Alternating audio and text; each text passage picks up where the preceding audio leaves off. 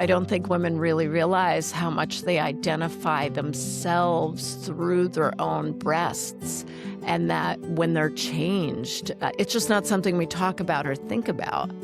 There is. There's a grieving process, and there's so many women that come in. When they come in to see me, they won't even look at their breasts. They don't touch their breasts. They don't identify with their breasts anymore. They're just like, they're not mine anymore. I don't want to touch them. I don't want anybody else to touch them.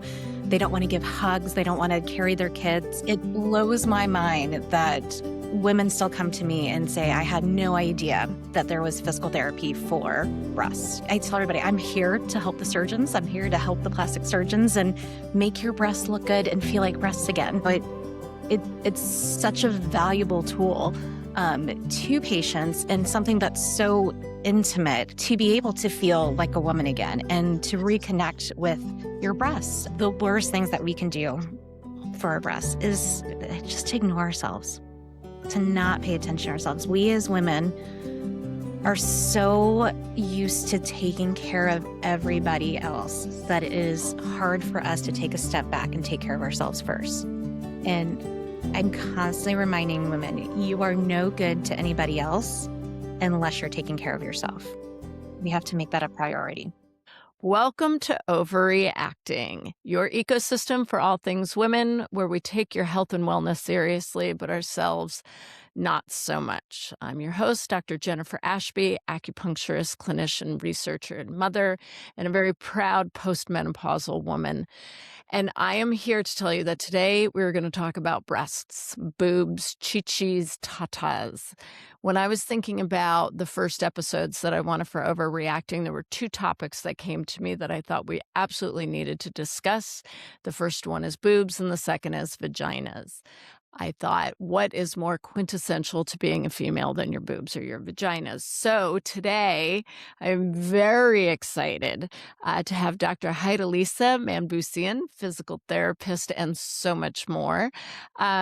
Dr. Manibusan has quite the pedigree, actually. She's a physical therapist who cares for patients in a variety of conditions, including cancer, musculoskeletal issues, and she leads the rehabilitative care for patients with breast cancer, as well as those with lymphedema, which is the swelling from injury to the lymphatic system, which can be seen very often with breast cancer treatment.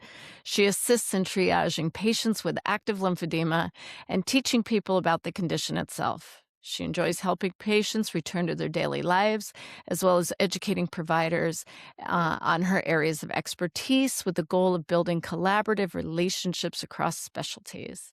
As someone who has been a caretaker herself, she is devoted to making sure patients and their families have smooth and beneficial care experiences. Dr. Manibusan earned her doctorate in physical therapy at the University of St. Augustine for Health Sciences.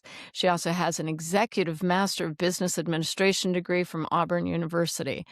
And outside of work, Dr. Manibusan is a college football enthusiast, proud wife, and the adoring mom of her daughter and her fur baby. Welcome, welcome, welcome. We had the most amazing technical difficulties this morning, and she not on her side, definitely on our side, and she was beyond patient. So thank you very much, and welcome to Ovary-Acting.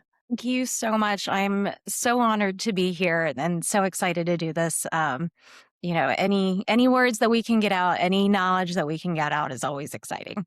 Yeah. What do you think? I have to say that I find that we talk about breast health in terms of breast cancer, very, very important, but nobody really talks about breast health outside of the realm of breast cancer. I find that in clinic, I am often sharing with women things like, don't put lotion directly on your breasts. It absorbs through the skin. These are mammary glands. You don't want exposure to chemicals. Hydration matters with boob health as well, because your breasts are filled with the ductal system. That explaining how breast tissue goes beyond just what people think of as a boob, but on into the axillary and into your armpit and that entire area. So I was super excited. You came highly recommended to me by our women's health nurse midwife, Dr. Linda Dulong, or nurse practitioner Linda Dulong. And So when you said yes, I was super excited. So thank you. Thank you. So I usually begin with one initial kind of personal question. And for you, this is the one that I've chosen. Okay.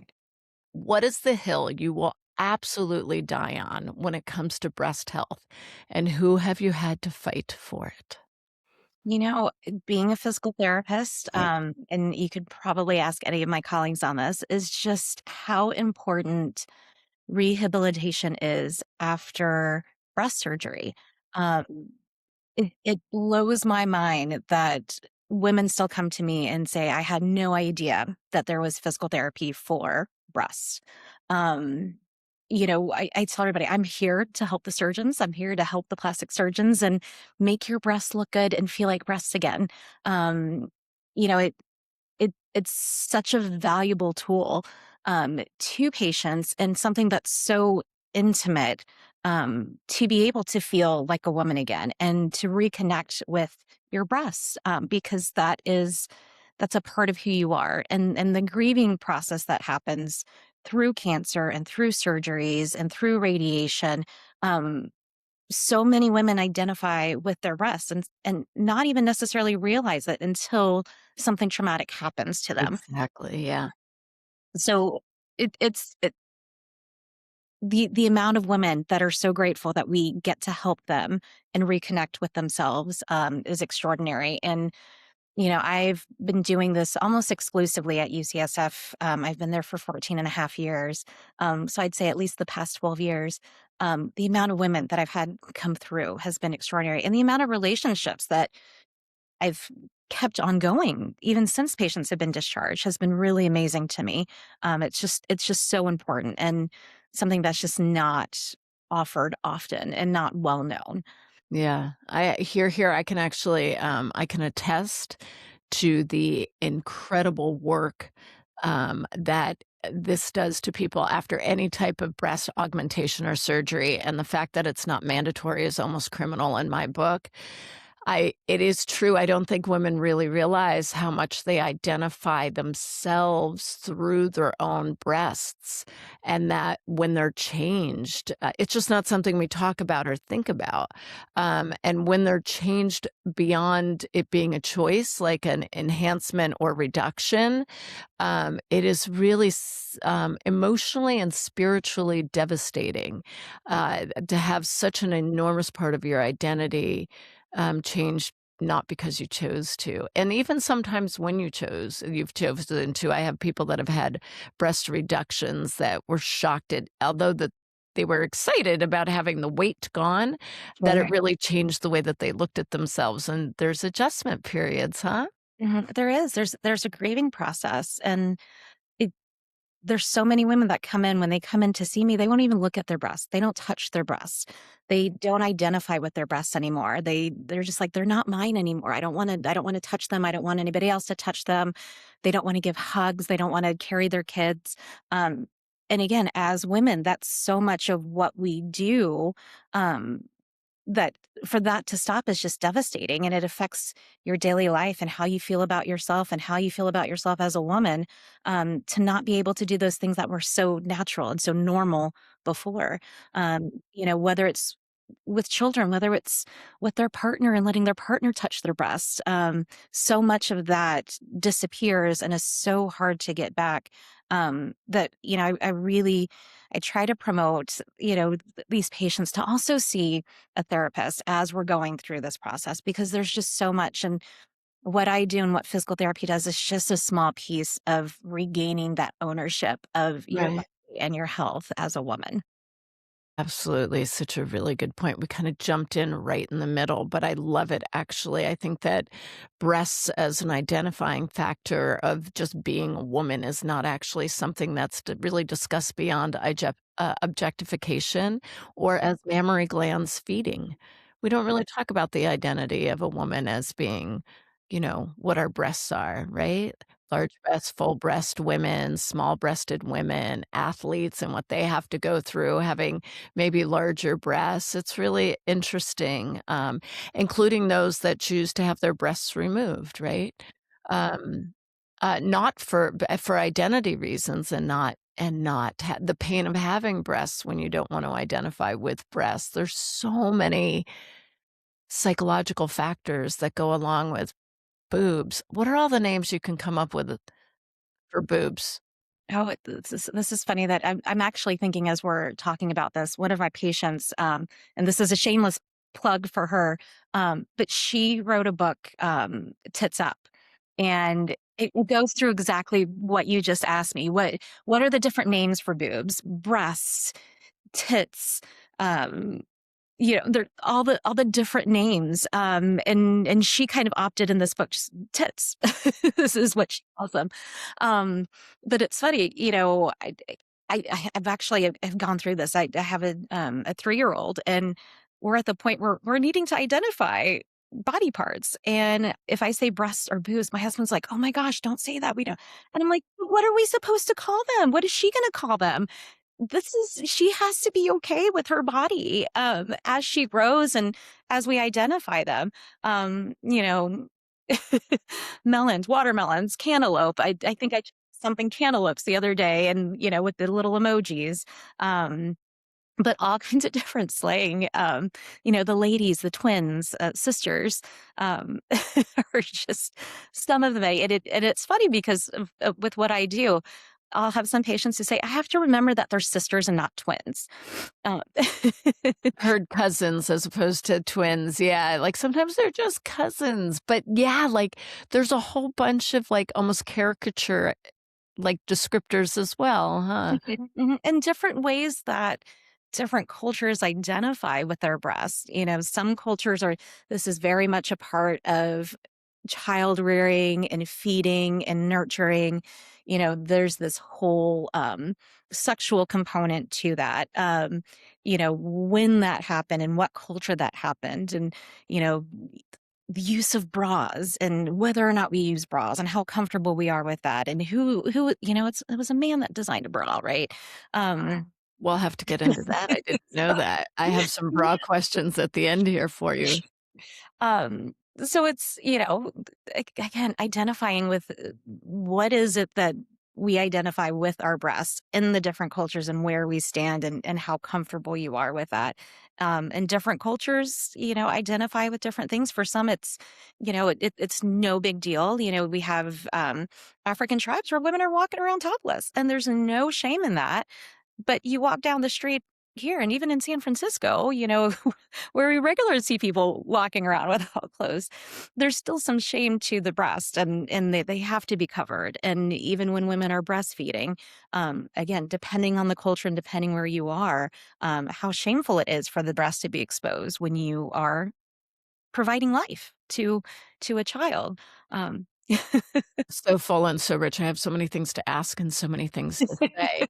One of the things I say when I'm teaching patients proper posture is I use the fabulous Miss Maisel's Tits Out, yes. because you can tell people to like put your shoulders back. You can do that and still have terrible posture. There's so many, but the one descriptor that Liz is sternum leading, like proper posture, is tits out for men and women, because it throws your body into a proper position where your skeleton can support itself.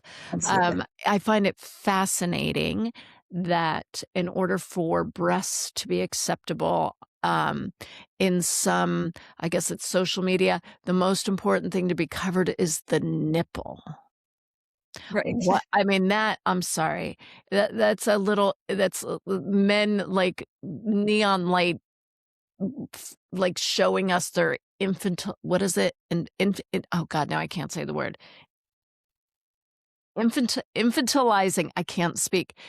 Showing that nursing so is a fantasy, and that the nipple makes them an unacceptable visual, right? Like, I find that to be the most ridiculous thing. So you have this whole mammary gland, and the thing that makes it unacceptable is a nipple.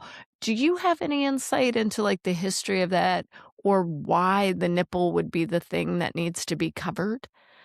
I don't. It's funny because I feel like lately, right, the sexy thing to be exposed is the side boob, right? Everybody wants to see the side boob. Um, But the nipple, I think part of it probably goes back to just the association with these men and their mothers, right? Like that's supposed to be something that's private, and nursing is supposed to be private. Um, Sexualizing and what men do to our breasts is supposed to be private. And there's something about exposing that and being proud that's all of a sudden shameful. With that, when we start sexualizing what should just be natural. For men, I blame men a lot for some of our issues with our breasts. Yeah, especially around the boob health. I'm not a man hater, but I am a diehard feminist, Sure. and I'd have 2 sons, and so raising them to understand things like this is important to me. But yeah, this demonization of our boobs is just an absolute ludicrous notion to me. But I have to say, side boob is sexy. It is. It is. I forget what the name of it's on Amazon with like the superheroes. But one of the main characters, his obsession is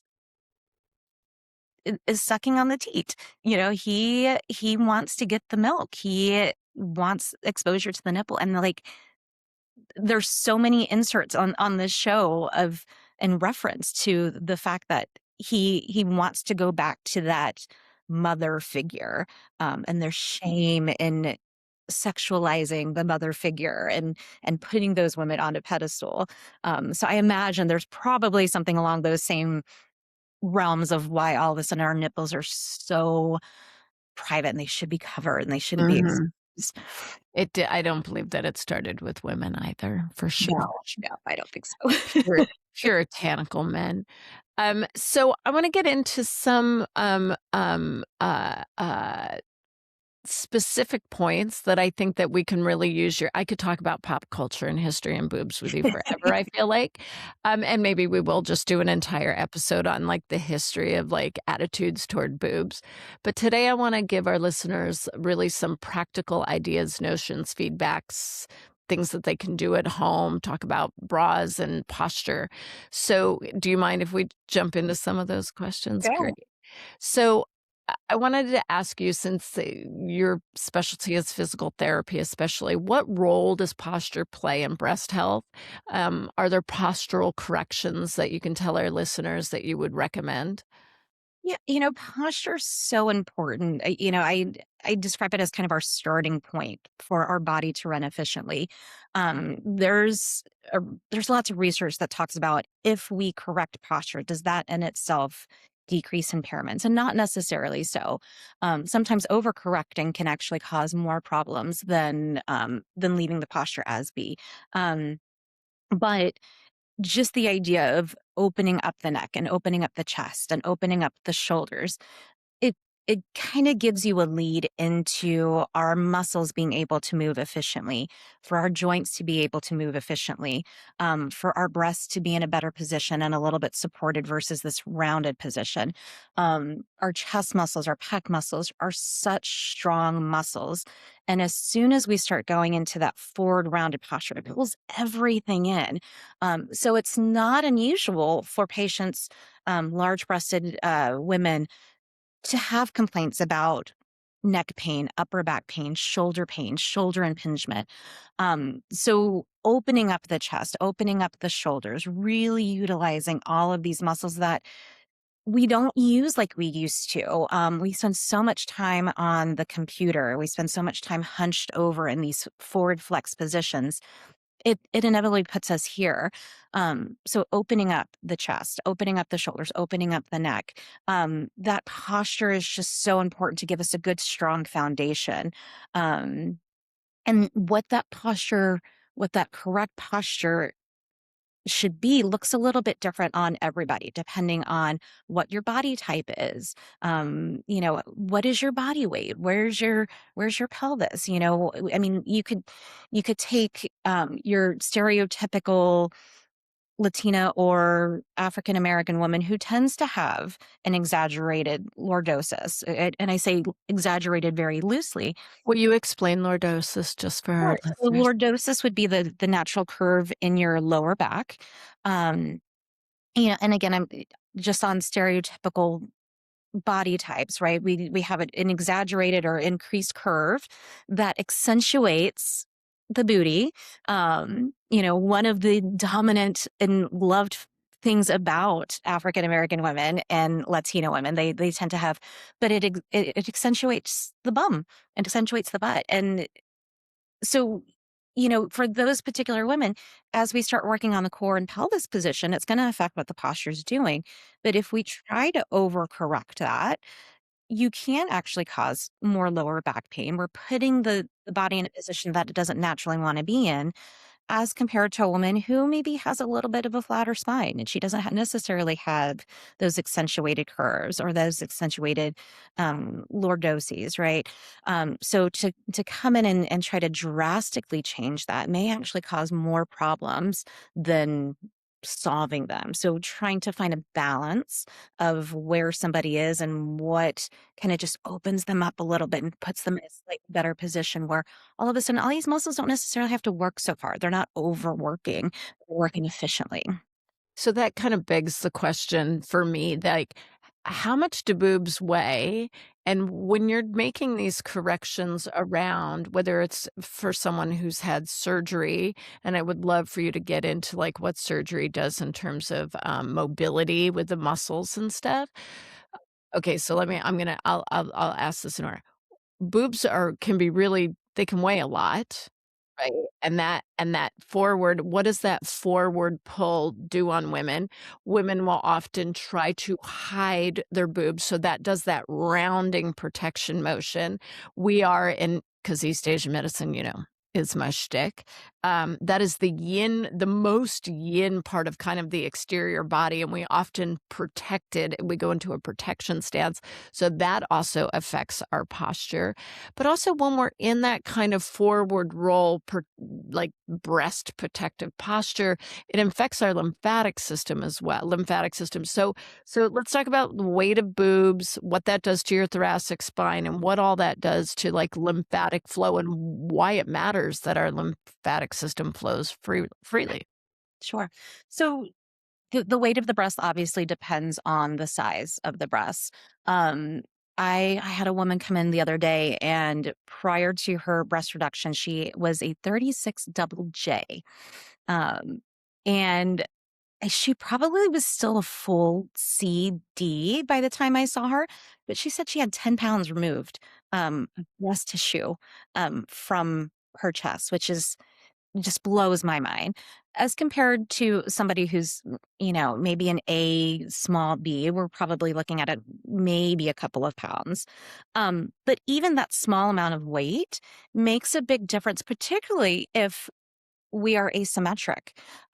So if, we've had somebody who has had one breast removed, or, one breast is significantly smaller, that's going to affect the symmetry between both sides, particularly long term. So, we've got one side that is tighter and has scar tissue, and that side's being pulled forward and this side's back. Now we've got an asymmetry that we're not really looking for, and it throws off our posture, it throws off the positioning. Um, but even, with larger breasts, or, you see this with some of our taller women who just, they wanted to shrink because being tall, when they're growing up through puberty, they get into this really tight forward posture. And so you can almost think of the spine as a chain. Um, the cervical spine, your neck goes into this forward position. And so it's a little bit more extended. Our thoracic spine, our mid back is rounded, and we're stuck in this forward position. Um, and the spine doesn't move well in that position. It doesn't extend. It doesn't allow our ribs to fully expand and move. So as we breathe, our ribs are supposed to go up and down. And when we get into that more rigid position, it just doesn't move quite as well. And then our muscles start getting tight. So it's like, well, which came first, the chicken or the egg? The muscles start getting shortened and tight, and then we kind of get stuck here. And we've probably have all seen these women that are, either larger chested or, are a little bit larger in body size, but they're here and they have a dowager's hip, or they have a hump on their back and their necks are really tight, and they're just not moving well. You don't get full range of motion in your shoulder once we get into this position. So it affects everything in that whole upper quadrant. And again, we come back to the core. If that core is not strong, if our central stabilizing base isn't strong, then everything collapses on each other. And so when the neck goes one way, the thoracic spine is going to go another way, our lumbar spine or lower back is going to go another way. That's going to affect our hips. That's going to affect positioning in the legs. That's going to affect how our feet position itself and how we stabilize ourselves. So it's just it's a chain reaction when we start coming into this position. That is so helpful. It's a really good description. I like to say to my patients that your spine is like a double helix. So whatever happens on one end eventually is going to happen on the other end, but then that affects your hips and your knees and your feet, but also the way that we hold our body in relation to our boobs, shy, big, whatever it is, it really does have a full body, physical, neuromusculoskeletal effect. I will say even an emotional effect, right? I mean, being able to have a woman walk around tall and proud, um, that just changed me. I mean, even you or me, we can be walking like we're having a bad day. We haven't been feeling well. We're kind of in this slumped forward posture. But you start walking around loud and proud and it changes your entire mood. You feel different. You feel lighter. So even just that shift in posture and how we're holding ourselves, you tell everybody, well, fake it till you make it. Like walk around proud, walk around with your chest up tall. It can affect you mentally and emotionally as well. So it just makes such a big difference in how we're feeling. That's a really good point. That's actually a really good point that when we're sitting, walking with our shoulders slumped, we feel slumped, and Hmm. when we're standing tall, we're actually standing tall. That's such a good point. You're speaking my mojo now. Um, so tell me I have 2 questions. So you just talked about the core in terms of breast health and back health and chest health and neck health and all of that. People hear a whole bunch about, core exercises, core this, but our core is really the solid foundation of everything. Like nobody builds a house from the second story first. So if you don't have a good core, nothing's going to happen. Will you just briefly, if you can, because this is not a core podcast, talk about what the core is and why it is actually the first place that should be addressed for any strength and health within the body. Yeah, it's a little bit different about what most people think of, right? A lot of people will start with sit-ups, crunches, which actually aren't fantastic for your back. But we have layers of muscle around our core. We have our transverse abdominis, we have our internal and external obliques. You've got your pelvic floor, which most people don't even think about as being associated with the core and how much of a role that has. Again, that rectus abdominis, what people think of their six pack. The only motion that does is flexion. It doesn't actually help support our spine or Which is what we're trying to avoid, Yeah, right, right? When we're exactly. open, we're not flexing those muscles. Yeah, yeah. So, that transverse abdominis, which is like that innermost layer, and it goes from the front to the back, it connects to the ribs, it connects to the diaphragm. That's actually what gives women that nice trim waste that we're so desperately searching for. But it's so important because that muscle, in addition to your obliques and the rectus and our layers, um, they all have to work together. And that transverse abdominis should be activated in most of what we do, because it supports our organs. It keeps our organs where we are. It keeps our spine in the position. It helps protect us with movement, lifting, carrying, reaching. I mean, how many times have you heard of somebody throwing their back out by bending over and just lifting, something really light? Um, Girl, I did it with Tupperware a month ago. yeah, I mean, I, again, my daughter's 3.5 years old, um, and I had a C-section, and every layer was cut through, and it took me the longest time to realize that I just was not connecting with my transverse abdominis. I wasn't able to activate. I just couldn't feel it. And that led to back pain, especially, we talk about strengthening and this progressive load and, what better progressive load than a growing child. But my back was hurting all the time. And I was like, wait a second, like I never had these problems before. I mean, I was able to move and, just as soon as I started working out everything, any aches and pains that I had went away. And I was joking with my trainer the other day as well. My glutes. I tell you, since I've had my daughter, I feel like I cannot fire my glutes. I used to be able to build my glutes really easily and shamefully so. And now I'm like, what is this pancake butt that all of a sudden happened? Because having her threw off my spine. It threw off how I activated my muscles. It threw off my pelvis, right? And all of a sudden, all that change in alignments changed how I can fire my glutes, my core, my pelvic floor. Even though I didn't have a vaginal birth, everything was affected. But And cutting through all those major abdominal muscles affected all the muscles through and through, right? Like, that's the core part, that it's not just the front and it's not just the back, it's all the muscles that go from front to back and back to front. It's almost like if you were to think of a bowl of muscles and they all interact with each other, and that is your core, correct? Yeah, absolutely. Absolutely. It's that whole bowl and that stabilization, right? That core Yeah. set, so to speak.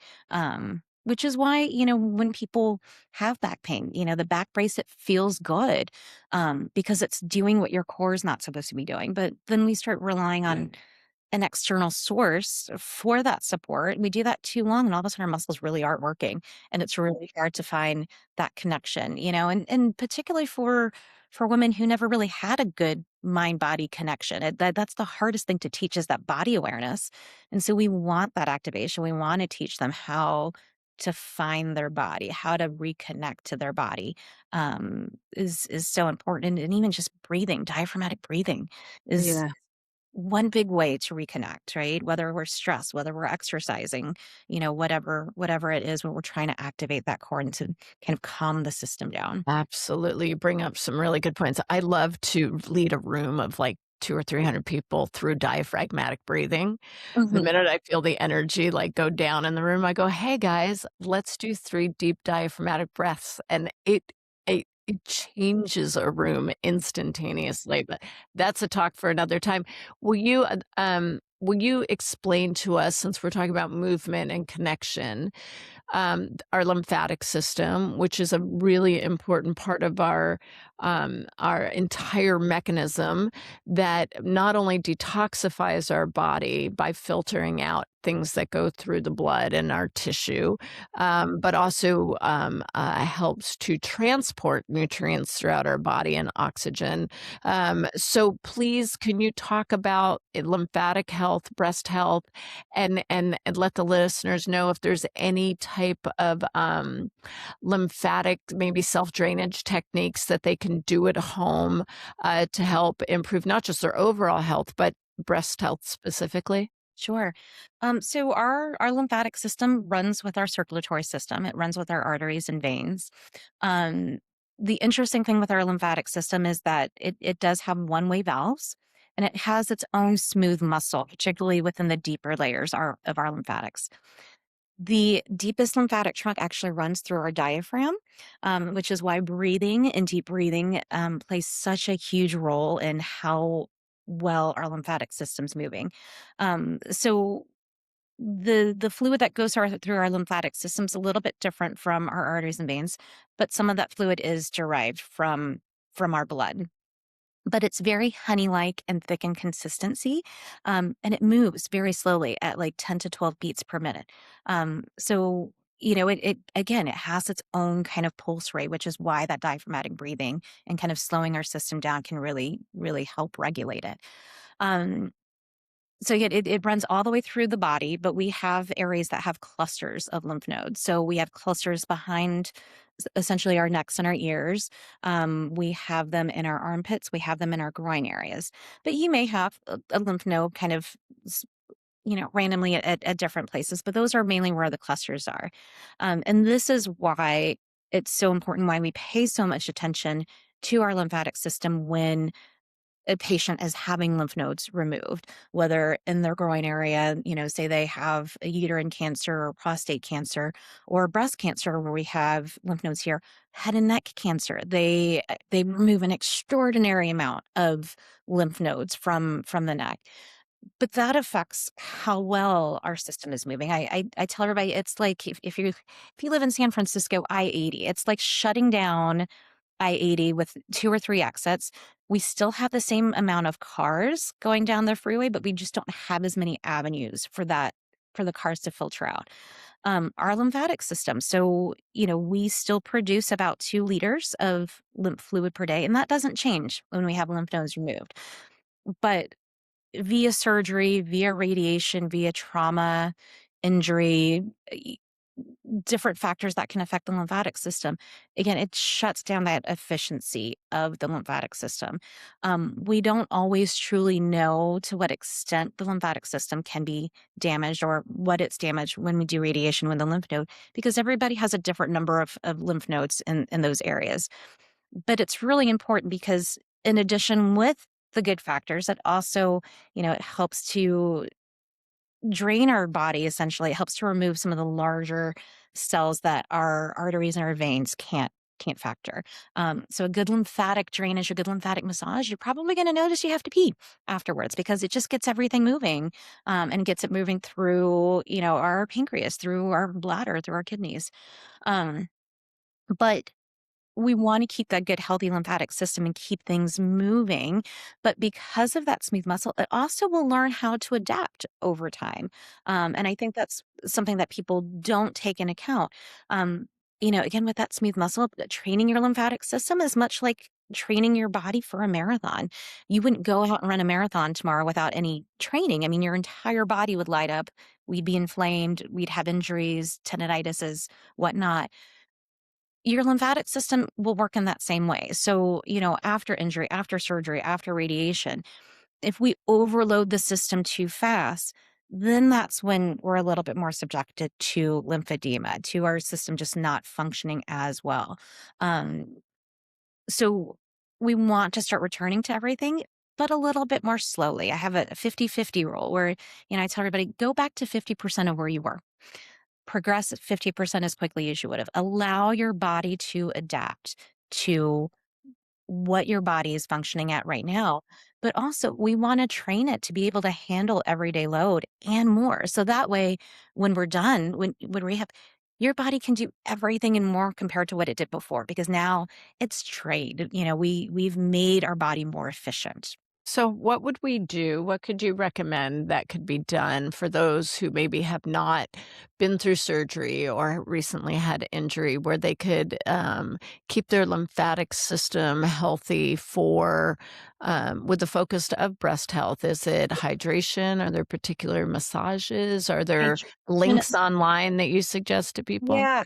So hydration, super, super important for everything. Again, that lymph fluid is what we call high protein, low water content fluid. Mhm. So it's thick, it's honey-like. But that protein is a magnet for water. So if we are dehydrated, your lymph system is going to try to pull water from wherever it can in your body. Um, so, whether we're traveling, whether we're at altitude, whether we're exercising a lot, whether it's hot outside, we want to keep that fluid moving so it's moving efficiently. I referenced earlier the Tahoe nights where, that's the absolute worst thing that you could do for your lymphatic system.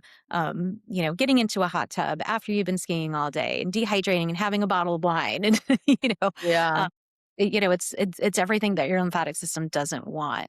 But the more hydrated we are, it helps with everything. It helps with our eyes, our skin, our hair, our nails, our GI system. It just helps everything because most of our body is actually water. So it needs that water to function. Like How 70 some percent. It's a lot. It's quite It's a a bit. lot. Yeah. I wanna just jumped in real quick and I wanna say it again. Your minimal amount of hydration, which is water or herbal tea with nothing in it, nothing else fully, it counts as hydration. I call it Does. the unsung unsung hero in my book for perimenopause and menopause. It's actually the first thing you should do to see what symptoms you're left. But the equation is your weight in pounds Mhm. divided by 2 is the minimum number of ounces of water you should have a day. You can also overhydrate, but also to say that there's about 34 ounces in a liter. So it's an easy translation. Weight divided by 2, minimum number of ounces, and there's about 34 ounces per in a liter of water. So Yeah, and I mean, I our nice Stanley Cup with 20 ounces, get through 3 to 4 of these a day. Um, it's once we start, everybody's like, "Oh, but it's so hard to carry that around." Once you start, your body adjusts and it becomes a habit. It's a it's good a habit. habit, habitual, absolutely, that's what I say, and to pre-measure in the morning, pre-measure the water you need in the morning, and that's how you know if you get through it. Okay, so do you have any favorite, like, lymphatic drainage techniques? Like, there's that guy online that does the big 6 that I think are a very simple, easy way to do it. Do you have any favorites? So, again, that diaphragmatic breathing, always starting with that diaphragmatic breathing, nice deep breath in, exhaling. I teach my daughter, we're blowing out candles. And that's how we're working on regulating her emotions. But starting with that diaphragmatic breathing is a good way to start. You're short on time, just work on that diaphragmatic breathing. But you can do light, small circles right behind the neck, again, stimulating right through here. And lymphatic massage should really be very light, just enough to make that top layer of your skin move, or just to make the little hairs on your arm move. But coming up to the neck and, 10 small circles. We actually have a video that I distribute to our breast patients. And the video has 10 repetitions. You're short on time. We get the same benefit from 3 to 5 repetitions. So, again, diaphragmatic breathing, 3 to 5 circles here, 3 to 5 circles here into the groin area. And again, we could go into further discussion on, if there's breast or pelvic involvement, but that's always just a good way. And movement, quite honestly. Movement is probably one of the best ways that we can get our lymphatic system moving. So going out for that walk, moving our arms, is really primary. And I always tell patients, "Well, what kind of exercises should I be doing?" And quite honestly, I'm like, I don't actually care. I want you to do something that you're actually going to like and that you're going to do on a regular Okay. basis. We say 150 minutes of cardiovascular activity per week, 2 days per week of full body strengthening. Um, but again, when push comes to shove, I don't actually care. I just want you moving. Exactly. Agreed, agreed, agreed, agreed. Is there anything before we move on to I wanna get on to nursing and lactation, is there any, like, main idea that you wanna share just about, like, postural, lymphatic, neuromusculoskeletal stuff? Like, if there was one pearl golden rule that you'd wanna share, what would that be? I tell you, squeeze your shoulders low. To squeeze. Oh, And you'll see a lot of times when you tell somebody to fix their posture, they come up here. yeah, We use our upper traps way too much yeah. as is. And so you don't really want to activate that as we're trying to position. So I tell just squeeze low. Squeeze low.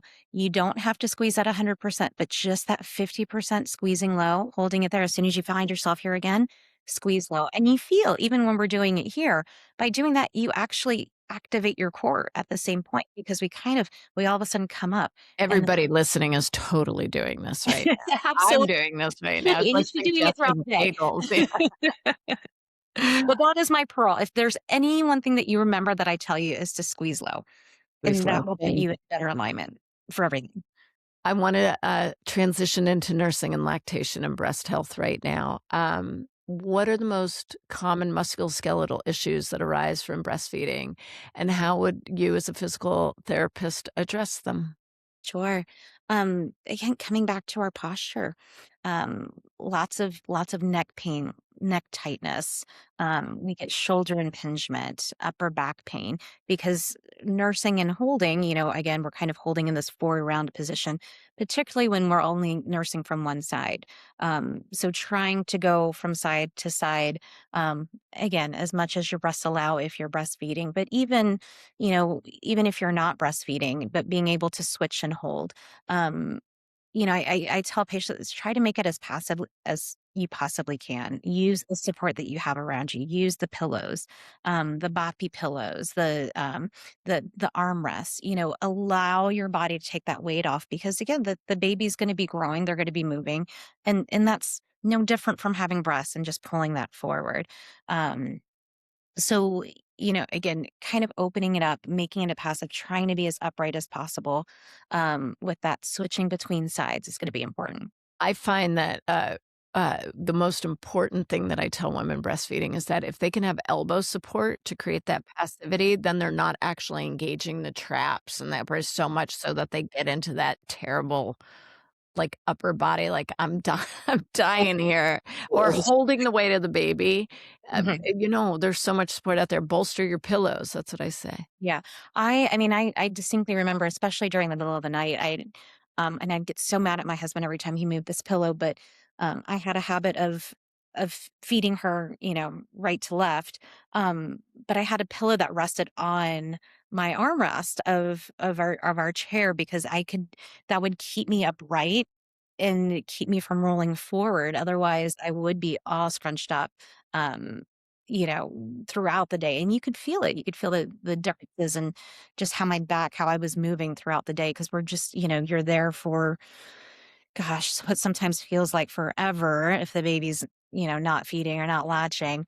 Um, but being in that position, just again, being upright as best as we can and using as much support as you possibly could. So all the pillows. Right, because when we're holding collapsed and looking down, which I still remember even though my kids are well into adulthood, like, wow, there's not a lot of worse things you can do prolonged for your neck and your thoracic spine, I don't No, think. no. And I mean, I would I was not producing when, I had my daughter. She, was about a month premature, um, and I remember the conversation and the lactation specialist coming into the hospital and trying to get me to triple breastfeed, um, and that was absolutely the worst thing ever, just as a mom, as a woman, like, nothing made me feel more defeated than the act of triple breastfeeding because Can you explain what triple sure.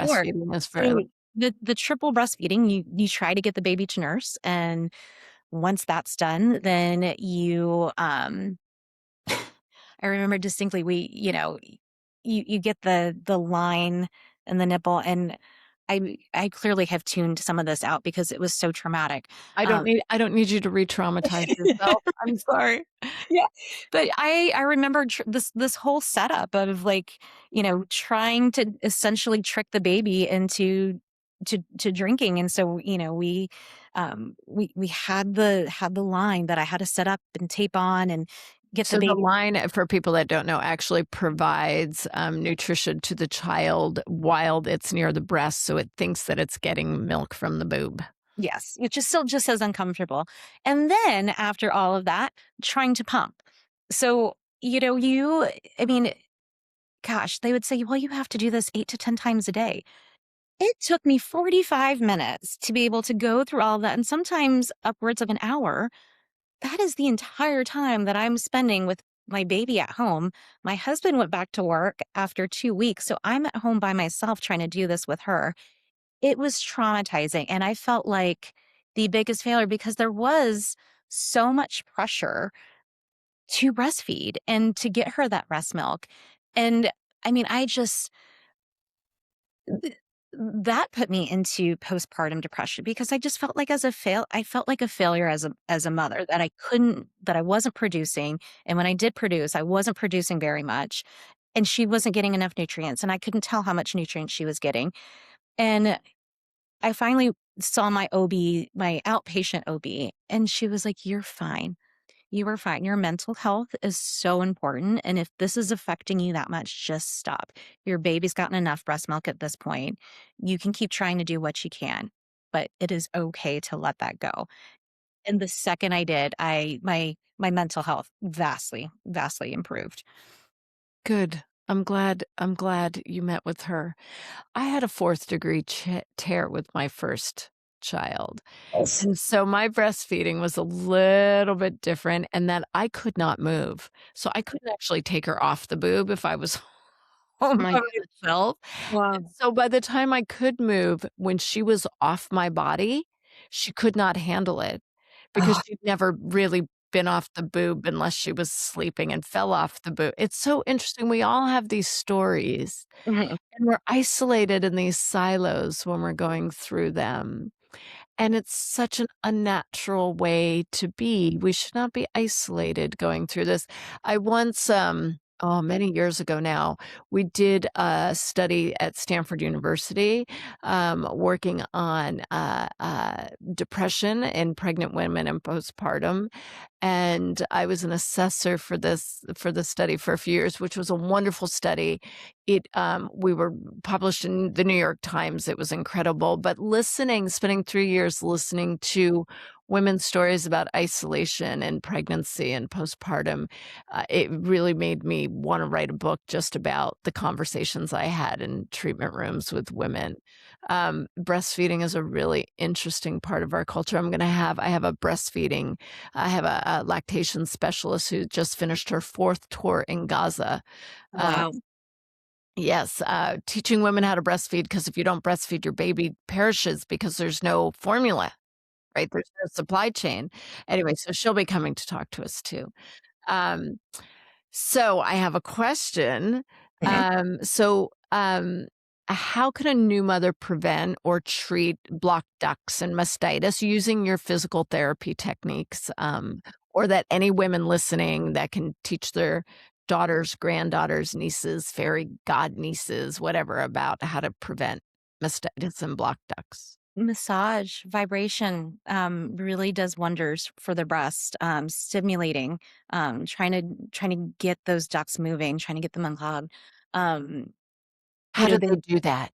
so they've got these little wonderful massagers, that they sell online, and some of them have heat, some of them don't. But you essentially just kind of work around the breast and get the vibration to kind of stimulate and get movement, in the breast tissue, and that can often help quite a bit. Mastitis, it's complicated, and there's multiple factors that contribute to that, but that sometimes can help get things moving. Warmth, the warm compress, can sometimes help, or the combination of the two. A lot of times, even, with patients that I'm working with, and I joke that I should have invested in this because I have probably 90% of my patients purchase this little handheld massager to help break up scar tissue to get the breast tissue moving. It's like 27 bucks online, and it's just one speed vibration. And to get in there, and even with patients who aren't lactating, we get movement of fluid through their ducts. We sometimes occasionally will get discharge coming out, through the ducts, or, we're actually helping to express some fat necrosis before it's developed. So vibration, just getting stimulation to the breast, can often help with that. What is your device called? So it is a Norco mini massager. You'll see a lot of occupational therapists use it, but it's just this little handheld massager. It comes with three different tips, one speed, gentle enough for the breast tissue. I have my patients just apply a thin layer of lotion, and then just to follow and kind of track those areas that are feeling a little bit hard or a little bit full, or where the tissue just feels a little stagnated, can help with that. And then one of the things I tell my patients, I would love to hear if you agree with this, because I actually have never asked a breast professional about this, is, and I'm gonna lean up and put my chest in the picture. I make sure that they move from lateral down toward the nipple, like nothing should come up, but keep everything moving in the direction where you want it to be expressed, which is out the nipple. Do you agree with that? Agree with that. Yeah. Yeah. I mean, I've got a patient right now who, I mean, we just keep breaking things up. And as soon as we get that, we start getting expression from her breast, and it completely makes her breasts so much softer and so much more comfortable.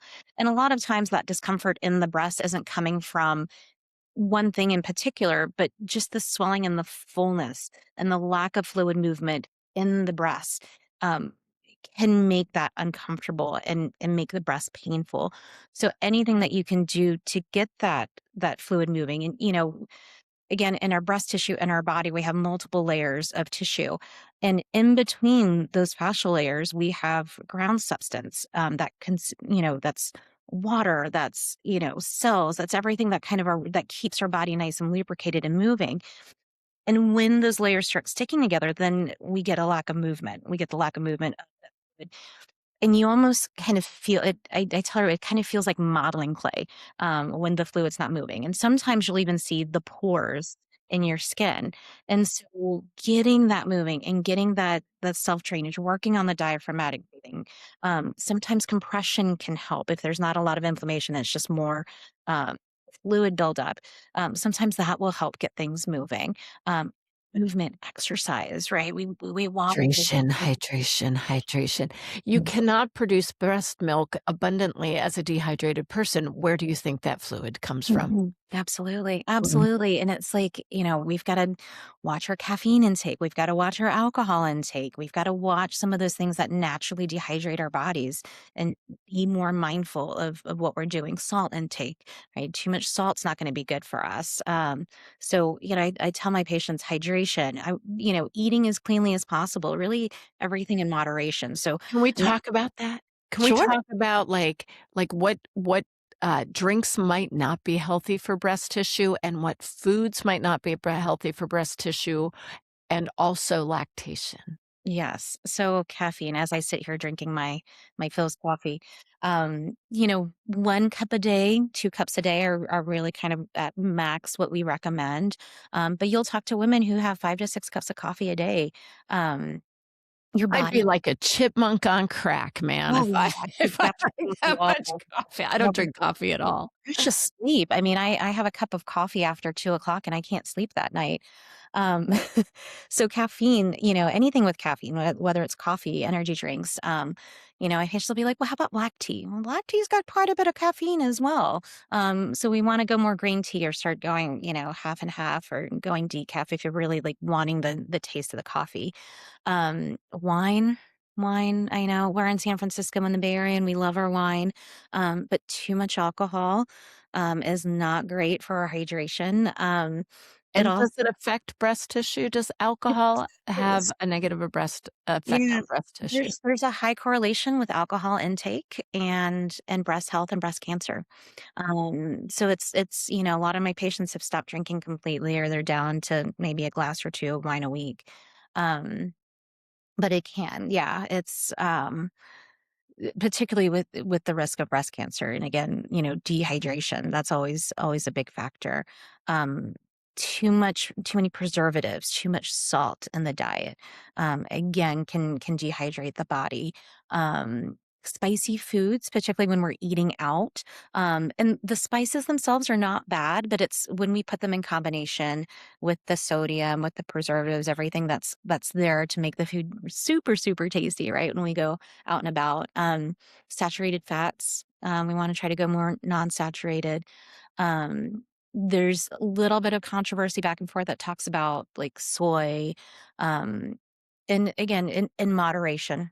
In terms of it being a phytoestrogen? Exactly, exactly. Yeah. So there's a little bit back and forth on that, and I think inherently it's by itself, it's not a bad thing. If we're only drinking soy, then, that's a whole different story. But in everything in moderation, I think is fair game. Um, Know that this isn't part of thank you for that. I sure. know that this isn't part of the PT part of breast health, but I still get patients whose doctors have told them that what they eat doesn't affect their breast milk. Mhm. Where do you and which I believe is the most ludicrous notion ever, Yeah. and not to sway the interviewee, but where do where do you stand on an idea like that? Yeah, I mean, just in general, like protein intake is something that's become very, very prominent. Um, we need all of those factors. You need a healthy amount of carbohydrates. You need a healthy amount of proteins. We need a healthy amount of fats. So we don't want to completely eliminate fats from our body, but more likely less animal based fats. We can still have a little bit of that in there, but it's usually not as much as people think. Um, and I think a lot of it comes down to general health. If we're living off a diet of, carbohydrates, potato chips, things that are processed, I think that affects how our body is moving. Our body is not meant to process and digest all of those foods. And so of course we're going to start feeling stopped up. Of course, things are going to not move as well as they should. Sometimes you'll just hear people as soon as they start eating healthier, everything your body just starts kind of clearing everything out, right? Uh, and so I think overall healthy diet, a healthy balance, that protein, hydration, less alcohol, less caffeine, can certainly help with that. But And breastfeeding is a metabolic event, right? It takes calories to produce breast milk. It takes calories, it takes energy to actually recover from birthing a child. This idea of like no carb, low carb, quick weight loss after childbirth is actually not great for lactating either. Like it throws the body into an extra state of shock. And that's a conversation for a whole other episode. yeah, yeah, we need Um, those calories. And even, and again, even with patients that are going through chemotherapy, I'm like, I know you're trying to go and have this nice anti-inflammatory diet. You're trying to be healthy. You're trying to, but that's not the time that we start depriving our body of calories. Like if you want a milkshake, go drink a milkshake. Like you need those calories to be able to handle the caloric load that your body needs to be able to fight that cancer. And the same, with breastfeeding and with we need those calories, and too much to put your body in a position of depletion. Your body has to fight that much harder, and it's going to come at a cost somewhere. Somewhere is going to make up for that lack of calories and intake. Great milkshake recipe for our oncology patients that isn't just like full dairy sugar in case you're ever it's like Yeah. dates and avocado and nut milk and bananas and plant-based chocolate protein. It's, like, absolutely delicious. I actually eat it, but it doesn't give all that crap that you're saying, talking about avoiding okay, I digress. I wanna segue into stress in the breast because even in East Asian medicine, the connection between breast health, whether it be, cancer, whether it be, cystic breast, whether it be just breast health prior to menstruation and breast pain, stress has a huge, effect on the breasts. And I would like to ask you, our breast expert, how does chronic stress affect the breast tissue health, the lymphatic drainage in and around the breast, and inflammation? We are not talking about, just to clarify, I am never talking about not having stress. It is the 21st century. It is modern day. That is an impossibility. We Sure. all have stress. What Mm. I teach a course called the Epic 8. It's called Boom, the Epic 8. It's your basic optimal outcome method. And the Epic 8 are diet, hydration, sleep, breath work, constitutionally appropriate movement and exercise, gut health and bowel movements. And to those 6 essentials, I add 2 practices. The practice of experiencing joy and awe every day. Mhm. I say joy is an inside job, awe is an outside job. Sometimes you don't want to get outside. Can you cultivate it inside? Sometimes you can't cultivate it inside, but there's always, especially where we live, you can always find something externally to be in awe of because it boosts our innate immune system, which is what helps fight cancer. And the eighth one in the Epic 8 is tools to not embody stress. And again, it's not having stress, it's having tools to differentiate the difference between an inconvenience and when a saber-toothed tiger is actually chasing you. Mhm. Modern life asks us to respond to stressful responses like the tiger's always chasing us. And it's a way of keeping us engaged in life and all work, but it is making us all sick. So Mhm. so I want and again, in East Asian medicine, we've got this whole boob thing. So learning tools to not embody stress, diaphragmatic breathing is one of my biggest tools that I teach patients. I would love to hear from you what you tell patients about that breast health tissue, lymphatics, drainage, inflammation, and stress. Again, this is chronic stress, not occasional stress. Yeah. It I always think I can think of two patients in my history of teaching or of working with breast patients that always make me think about how much stress affects our breast health. Um, we when we look at lymphatic risk factors, particularly for breast cancer patients, there's multiple factors that we look at, but the three main things we look at are how many lymph nodes have they had removed, have they had radiation, what's their BMI, anything above 30s considered high risk. But these two women in particular, on paper, were very, very low risk factors for lymphedema. They, had a very healthy, clean, green diet. They had one lymph node removed, um, no radiation.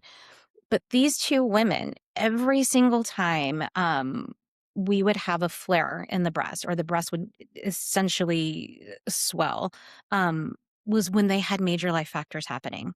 So, one was going in the middle of going through a bad divorce, the other one already divorced, but going through child custody issues. And every single time one of those stressors hit, we had a major breast swell. So I always use that example, and it's an extreme example, but that gives you an idea of how much stress affects our lymphatic system, how much stress affects our breasts. And again, as women, there are so many things that is communicated to us through our breasts.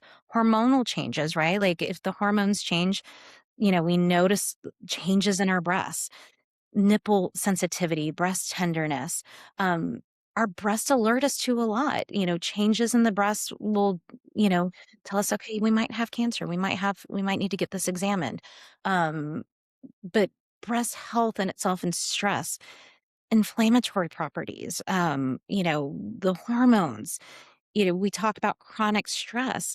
Well, that raises your cortisol level. Cortisol is a hormone. That's going to affect how our body is holding on to that. And there's no amount of anti-inflammatory diets or supplements that's going to take care of that.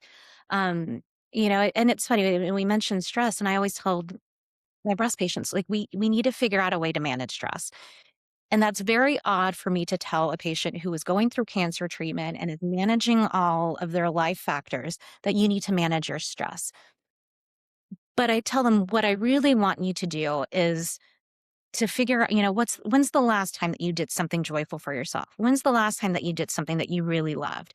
Even if it's spending 5 minutes on, whether it's reading a book, whether it's going outside for a walk, whether it's playing with your puppy.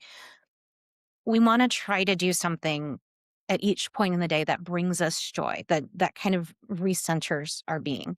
um, Learning how to manage those stressful moments. Again, that diaphragmatic breathing, or with my daughter, and actually with my husband too, I'm quite often saying, let's take a time out. Let's blow out our candles. Let's blow out 3 birthday candles. And we take that time to slow down our autonomic system, taking that deep breath in, slow breath out. Um, going out in nature, going out into the sun. The sun's wonderful for us. We need that vitamin D. It helps our moods. Um, you know, again, just trying to find something that works for you. For my women going through treatment, let's set a goal. Let's set something that you have to look forward to after each phase of treatment. That can be a dinner. That could be a Lululemon sports bra, that, whatever it is. It's important to give yourself something to look forward to, no matter how small or big. But we also want to make it sure that it's obtainable, it's reachable, right? That it's something that's not so lofty of a goal, but we want to give ourselves those small breaks that make us feel like we've accomplished our goal, to make us feel like that we've moved through a phase, bringing that joy to your point. Yeah. Oh, that's so good. I love that you brought up the nervous system, cortisol dysregulation, and the breast. Outside of breast cancer, with cyclical breast pain and tenderness, is it the same recommendations that you make to patients? It is. It is. So much comes back to movement and a healthy lifestyle. And, I always tell patients, like, when you're going through this, I don't want you to think of these recommendations as rehab. I don't want you to think of this as treatment. What we really want are small, obtainable lifestyle changes that we can continue. If we go from 0 to 100, and I forget what study it was, but it was talking about just people who exercise and the three different ways that we exercise. You've got your people who are from 0 to 100. You've got your patients who just kind of, or people who just have a hard time getting started. And then you've got your slow and steady.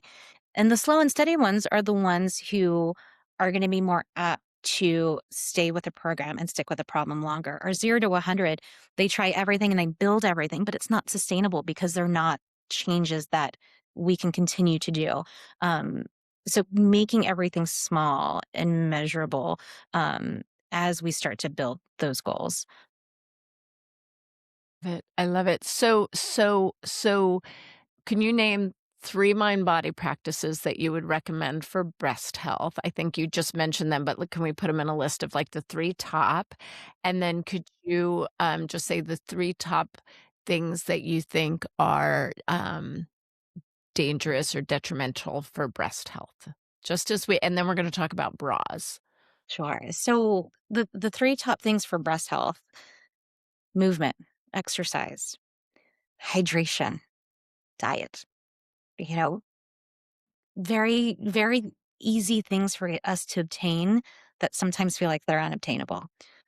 The worst things that we can do for our breasts is just to ignore ourselves, to not pay attention to ourselves. We as women are so used to taking care of everybody else that it is hard for us to take a step back and take care of ourselves first. And I'm constantly reminding women, you are no good to anybody else unless you're taking care of yourself. We have to make that a priority. I don't know. Girl. Is that 1, 2, and 3? Yeah. Yeah. Thank you. Mhm. I love it. Um, I wanna ask you, oh, there's so many things I wanna ask you, but I know that we can't just talk forever, and you were so patient this morning with those tech issues. Um I think that breast health and the somatic experience of just being part of your breast, since most of us don't understand how much we actually identify with our breasts, as we mentioned earlier, is there something that you can share with our listeners so that they can determine what would be a normal breast experience and sensation, and when there's a breast experience or sensation that warrants going to a doctor and getting checked out? Sure. Um, Tenderness, breast pain, that's not necessarily associated with our menstrual cycle. Swelling of the breast, you may notice skin changes, either redness, warmth. Again, we kind of give that orange skin texture, are signs that Orange peel, like the orange. lemon or orange peel. Mhm. Exactly. Nipple changes. So if that nipple is starting to invert, discharge from the breast are all good warning signs that something's up. Um, Regular breast examinations. Again, a lot of us, and myself included, I am guilty of not necessarily examining my breasts and getting a good feel for what normal feels like for me. Women with denser breasts. You're like the cobbler who needs new shoes. I am, and in fact, I mean, I just went through this whole phase of examining my breasts, and I work in breasts. I work on breasts every single day, and I just kind of was feeling around, and I thought I had just like a little ingrown hair in my armpit, and then all of a sudden I noticed one day it was a little bit larger. It's tender to the touch, um, and so, again, knowing what I know, and I'm like, this would be ridiculous for me to come in as a breast practitioner and completely ignore all the signs and symptoms that something's not right. And so I had gone into my PCP and had her examine, and she's like, I think it's a sebaceous cyst, but we'll just kind of keep an eye on it. And again, I'm a healthcare practitioner. I am very guilty of this in my own right, but I'm thinking, well, that's lovely. You're a your primary care physician, fantastic, but you are not touching breasts on a regular basis. So I immediately sent an email and text to the breast team that I work with, and I was like, I would just feel much better if I had somebody who's touching breasts on a regular basis to do an exam and tell me that this is normal or this is abnormal. And I did. They worked me in super quick, did a breast exam. They thought the same thing as the my PCP, but I'd found a second lump in the same area that was a little bit deeper. Um, so I'm myself am currently in the process of getting that next diagnostic mammogram and ultrasound, and I will feel a lot better once everything's done with that. Sprinkling like magic, sparkly, good juju dust all over you. And I think, and I'm sure everything's fine, but it's like I cannot be an advocate for breasts and not follow my own advice. And breast health, again, I'm guilty. I'm guilty of not feeling my breasts on a regular basis. Particularly after breastfeeding, particularly after, childbirth. They've changed. They don't sit the same way they used to. They don't feel the same way that they used to. So, knowing what that norm is super important. And even after breast surgery or any trauma to the breast, maybe we're not necessarily feeling for lumps, but we're feeling for changes. And you only know a change if you're acquainted with your breast. Familiar, you gotta be familiar with your I have super fibrous breasts. I have small breasts, and they're super fibrous, and I'm either all up in there, like, every month, or, like, I'll forget for months, and when I forget for months, I get a little panicky because I have to remember then, like, "Wait, was that there before? Have we already gone in and looked at that stuff?" So when you have dense fibrous breasts, they're harder to see through, with mammogram, and they can't detect everything. Most women have dense breasts, and it doesn't matter what size breasts you are, but it does. Like on palpation, on feeling them, dense breasts are lumpy to begin with. And I mean, my PCP, the first thing she said, she was like, "Well, your breasts are lumpy." But it's like you don't want to hear that when you're Yeah. trying to get an exam, and you're like, "But I felt a lump, and something's off. Something feels a little weird." Um, but again, knowing how much of that lumpiness is normal and what is not normal, and if anything's changing with that, is it getting harder? Is it getting softer? Is there an area that's particularly hard compared to how the rest of my breast, how my other breasts feels? So I'm working and trying to follow my own word and advice and be better about self-examination.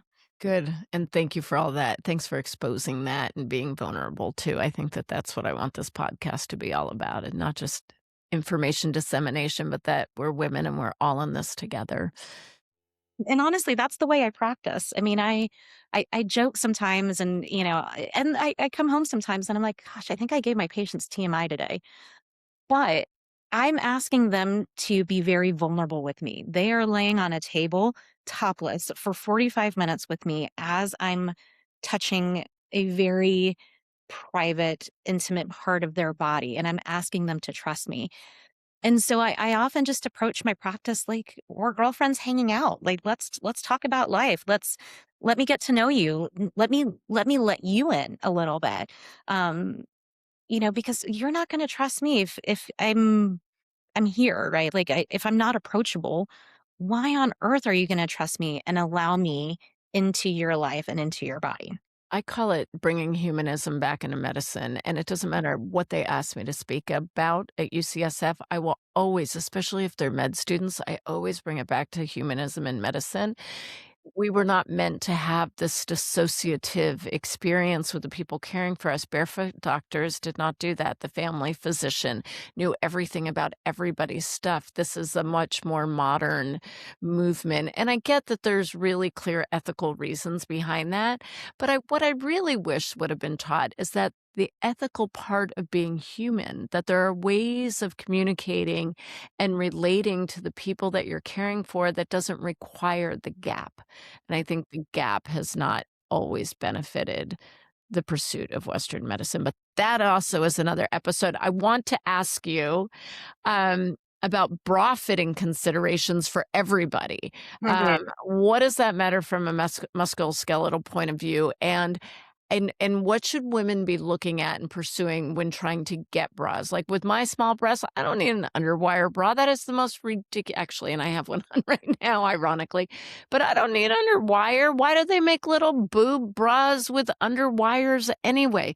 Talk to us about bra fitting. Yeah. So men, the man designed the bra the first time, that was just why they're so darn uncomfortable. Um, Yeah, I mean, we support essentially no matter how small or how large your breasts are. When our breasts are coming forward, when they're falling forward, again, that's going to change our postural aspect. But we need bras that are supporting us over our arms as much as supporting us underneath. And those needs may change depending on where we are, what our hormones, what our size are, are we on our period? Are we not? Are we exercising? Right. All of those make a big difference. But essentially, and I always laugh because one of the new trends, and I'm sure you've probably noticed too, particularly in the Bay Area, a lot of these young women are not wearing bras. And I'm like, my goodness, help those puppies up because they're going to keep dropping, right? Our elasticity is going to change. Um, we if we can help support it, not that we need to glue them to our chest, but let's help our connective tissue and fascia as much as possible. Um, and give it the support that it needs. So that way it's not pulling on everything. Those breasts drop, it pulls everything forward. It's like, Sure. hanging with like two weights on your chest, essentially. Um, so it's important, to make sure that, and again, this changes depending on where we are, but we want the band around our trunk to be well fitted. We don't want it digging into the skin too tightly. It should rest and it should be a little bit firm, but not so much that it's digging in. There's some controversy on and off. Do we wear wires underneath our breast? Do we not? What is the negative effect? What kind of chemicals are feeding into our skin with underwires? Um, I gave up wires a long time ago, not necessarily because they were or because of that, but just because I'd found wireless to be uncomfortable, more comfortable. And wireless bras have really come a long way. They really give just as much support as some of the underwire bras, and the shape's a little bit better. So, it's okay to have your lovely, pretty bra, but also, be a little bit more sensible with your bra wear on day-to-day basis. But ultimately, you want somebody to feel good about where they are and how they feel. Thank you. This kind of begs the question for me, just playing devil's advocate a little bit. So why would more indigenous populations that run around without bras not, I'm guessing that they're not going to have the same forward weight issues because they tend to be more out there physically active people. So therefore they don't have the same issues. So is it our more sedentary, less movement lifestyles that make it so that not wearing a bra puts extra weight on our less muscular body? 100%. I mean, we spend so much time sitting on the computers, on the phones, on the tablets, that really pull everything for everything that we do is forward.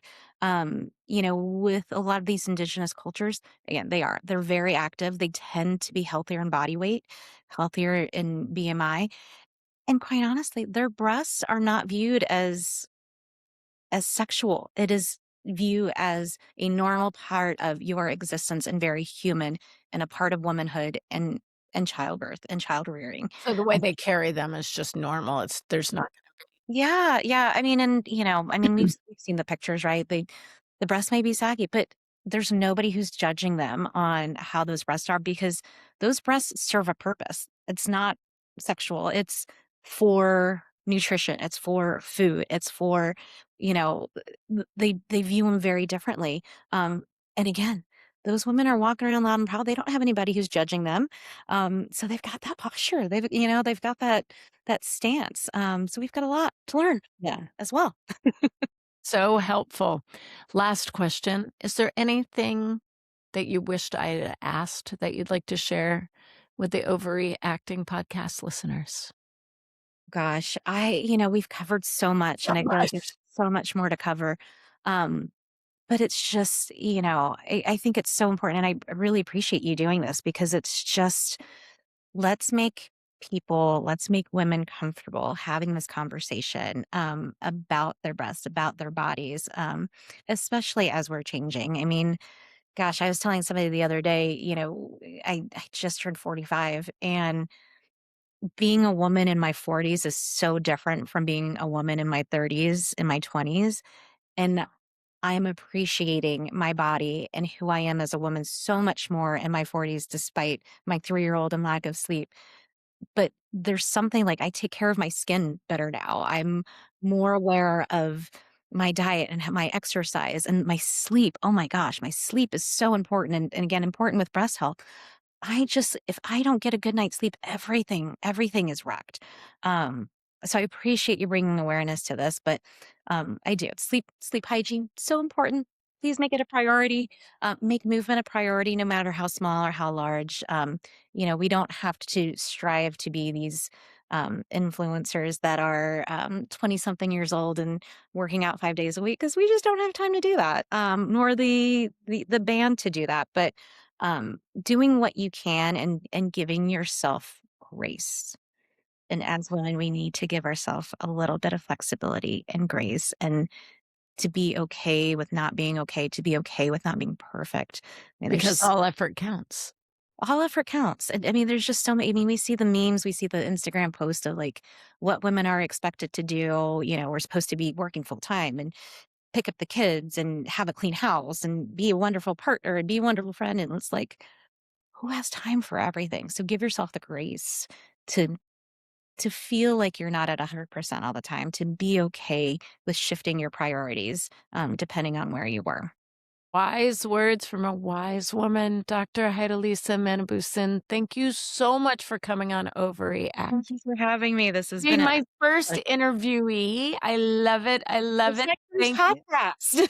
Yay! I love it. And I ask you back on much more like focused boob topics. So Absolutely. let's celebrate the boobs. Let's do it. Other Tits up. women keep tits up all the way.